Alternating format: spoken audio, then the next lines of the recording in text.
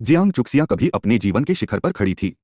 वह medical school की शान थी, हर साल का सर्वश्रेष्ठ छात्र, एक भावी सर्जन जिसकी हर कोई प्रशंसा करता था। लेकिन जीवन ने उनकी प्रतिभा का कोई इनाम नहीं दिया। इसके बजाय इसने उसे पूरी तरह से कुचल दिया। अब वह अस्पताल के कपड़े धोने वाले कमरे में खड़ी थी, उसकी आस्तीनें ऊपर चढ़ी हुई थीं और हाथ बर्फीले पानी में डूबे हुए थे। खून से सनी चादरें उसकी कमर से भी ऊपर तक ढेर लगी हुई थीं। हवा में कीटाणुनाशक और सड़न की गंध फैली हुई थी। उसके पिता की ठंडी आवाज उसके दिमाग में गूंज रही थी। अपनी ईमानदारी दिखाने के लिए इस महीने वॉशिंग मशीन का इस्तेमाल न करें। तुम्हारी मेहनत उस नाजायज बच्चे के अस्पताल के खर्चों के भुगतान के रूप में गिनी जाएगी। उसने अपना सिर नीचे किया और भी जोर से रगड़ने लगी। मेरे चाचा के लिए मुझे यह सब सहना होगा। अचानक तेज हंसी ने सन्नाटे को तोड़ दिया। वाह वाह, देखो तो सही, ये कौन है? जियांग चुक्सिया ने धीरे से ऊपर देखा। वहां खड़ा था जियांग यिंगइंग, उनकी पूर्व जूनियर, जो अब अस्पताल में एक उभरती हुई डॉक्टर हैं। परफेक्ट मेकअप, साफ सफेद कोट, एक विजयी मुस्कान। क्या यह हमारे मेडिकल स्कूल की किंवदंती नहीं है? यिंगइंग ने उपहास किया। वह प्रतिभाशाली व्यक्ति जो हर साल प्रथम स्थान पर रहा। उसने गंदी चादरों पर एक नजर डाली। कितना दुखद है, एक समय तुम्हारा भविष्य सुनहरा था और अब तुम आवारा कुत्ते की तरह गंदे कपड़ों से लड़ रहे हो। उसने चुक्सिया के हाथ पकड़ लिए। ये हाथ तो स्केलपेल पकड़ने के लिए ही बने थे, है ना? कितना बेकार है। चुक्सिया चुप रही। बहरे होने का नाटक कर रहे हो? यिंगइंग ने ताना मारा। मैं आपसे बात कर रहा हूं, तुम क्या चाहती हो? चुक्सिया ने आखिरकार पूछा। चाहते हो? यिंगइंग ने क्रूरता से हंसते हुए कहा। मैं तुम्हें यह याद दिलाने आया हूं कि तुम कौन हो।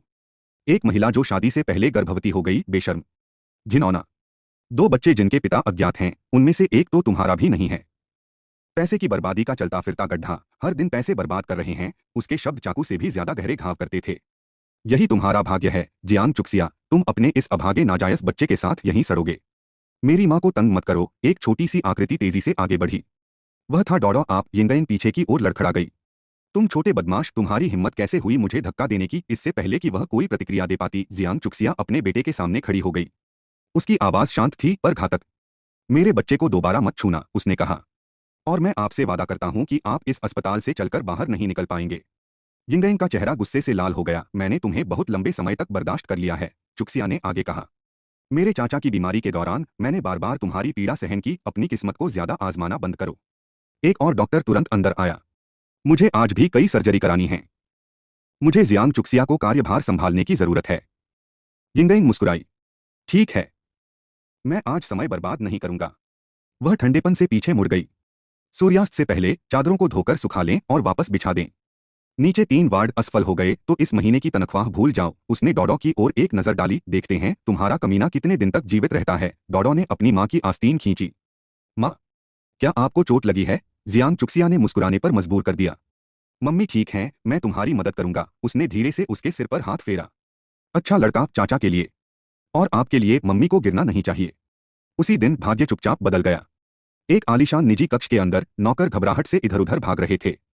पुराना उस्ताद, वह शक्तिशाली है परिवार के मुखिया, अपने अजन्मे पोते के लिए मिले उपहारों से घिरे बैठे थे। ये सबसे लोकप्रिय कपड़े और खिलौने हैं, एक नौकर ने कहा। छोटे मालिक को ये बहुत पसंद आएंगे। बूढ़े आदमी ने मुस्कुराया, फिर अचानक अपना सीना पकड़ लिया। दर्द से उसका चेहरा बिगड़ गया। मालिक, दिल का दौरा। डॉक्टर को बुलाओ। अराजकता फैल गई। किसी के प्रतिक्रिया करने से पहले ही जियांग चुक्सिया आगे बढ़ गई। उसकी आंखें तेज हो गईं। उसकी हरकतें सटीक थीं। उसने कमान संभाल ली। स्पष्ट निर्देश, बिल्कुल सही निर्णय, स्थिर हाथ। उसने उसकी जान बचाई। घंटों बाद बूढ़ा स्वामी ही बिस्तर पर शांति से लेटा हुआ था। उसने उसे ध्यान से देखा। उन्होंने कहा, आप बेहद पेशेवर थे, आप पहले डॉक्टर थे, है ना? उसने अपनी आंखें नीचे कर ली। हाँ, लेकिन वह तो अतीत की बात है। उन्होंने अपने सहायक को इशारा किया। 5 मिलियन उसे दे दो। उसने तुरंत अपना सिर हिला दिया। लोगों की जान बचाना मेरा कर्तव्य है, मैं इसे स्वीकार नहीं कर सकता। बूढ़ा आदमी धीरे से हंसा। तुम्हारे जैसी जवान लड़कियां अब ज्यादा नहीं बची हैं। दरवाजे से जियांग यिंगइंग सब कुछ देख रही थी। उसके नाखून उसकी हथेली में गड़ गए। तो यही है तुम्हारा खेल? उसने ताना मारते हुए कहा। क्या तुम बूढ़े मालिक को बहकाने की कोशिश कर रहे हो? मैंने तुम्हें बहुत कम आंका था। क्या आपको लगता है कि आप अपनी जिंदगी बदल सकते हैं? वह गुस्से में वहां पहुंची। क्या आपने बाकी कमरों की सफाई पूरी कर ली है? अपने रवैये पर ध्यान दें, वरना मैं तुम्हारी शिकायत डीन से कर दूंगा। मैं अभी आती हूँ, चुक्सिया ने शांत भाव से उत्तर दिया। उसके जाने पर बूढ़े स्वामी ने आह भरी। अगर ये लड़की मेरी बहू होती, यह कितना शानदार होगा। दिन बीतते गए। अपमान का सिलसिला जारी रहा। लेकिन कुछ बदल गया था। जब भी बूढ़े मास्टर हे अस्वस्थ महसूस करते थे, वे जियांग चुक्सिया से मदद मांगने लगे। वह सिर्फ उसी पर भरोसा करता था। इसी बीच यिंगइंग की चिंता बढ़ती चली गई। एक रात उसने चुपके से मेडिकल रिकॉर्ड में बदलाव कर दिया। उसने जियांग चुक्सिया को एक गंभीर गलती के लिए फंसा दिया। अस्पताल में अफरातफरी मच गई। जियांग चुक्सिया, अपने आप को समझाओ। इससे पहले कि वह कुछ बोल पाती, बूढ़ा मास्टर हे आ गया। उसने अपनी छड़ी को जमीन पर पटक दिया। मैंने अपनी आंखों से इस लड़की को मेरी जान बचाते हुए देखा। किसकी हिम्मत होगी उसे फंसाने की। सच्चाई सामने आ गई।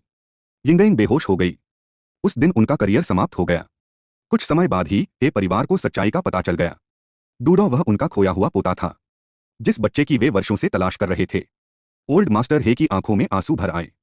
यह बच्चा, यह मेरे खून का खून है। वह जियांग चुक्सिया के सामने घुटनों के बल बैठ गया। आज से कोई भी तुम्हें दोबारा अपमानित नहीं कर पाएगा। जियांग चुक्सिया चिकित्सा में लौट आए।